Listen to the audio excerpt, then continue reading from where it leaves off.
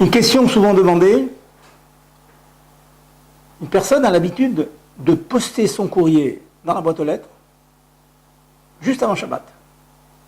Il a un petit temps de préparation, il envoie tout son courrier juste avant de prendre la voiture, aller faire Mincha et Erev Shabbat à la Shul, à la synagogue. Il me demande, mais il est certain que le lendemain, le facteur va passer. Il va prendre mes lettres, il va les dispatcher. Apparemment, nous tombons dans l'interdiction de Amiral Egoy, l'interdiction de demander à un non-juif de faire un travail pour nous. Mais la réponse est que non. Cela est permis. Cela est permis pour la raison suivante, et que le non-juif a indigne de ce que l'on appelle un kablan, un maître d'œuvre, une personne à qui on confie une tâche complète qu'il prend l'initiative de faire quand il veut. Il peut la faire quand il veut, hors Shabbat. Il peut la faire lundi, mardi, il peut la faire quand il veut. Certes, on sait qu'il va passer le lendemain le Shabbat, mais il n'a aucune obligation de le faire. Et s'il y a une grève, il ne viendra pas.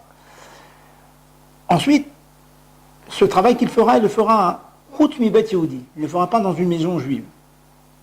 Parce que faire un travail dans une maison juive est interdit de toute façon à cause de ce que l'on appelle maritaïn. On ne peut pas laisser faire un travail chez nous. Même si les conditions techniques de demande à un go sont parfois respectées, on reviendra sur ce concept. Malgré tout, de bet Yehudi, dans la maison d'un juif, c'est interdit. Donc, la lettre est prise par le facteur, pas dans la maison juive. Il n'est pas forcé de faire Shabbat. Et un jour il ne vient pas, personne n'aura de réclamation. Donc cela est permis. Donc tranquillement, on peut poster son courrier. Si on fait une lettre, qui est une lettre express, où on oblige le facteur à travailler Shabbat, cela est beaucoup plus problématique.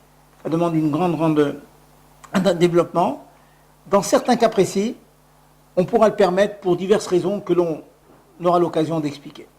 Pour l'instant, mettez votre courrier sans que ce soit un chronopost, et cela est parfaitement légitime et permis.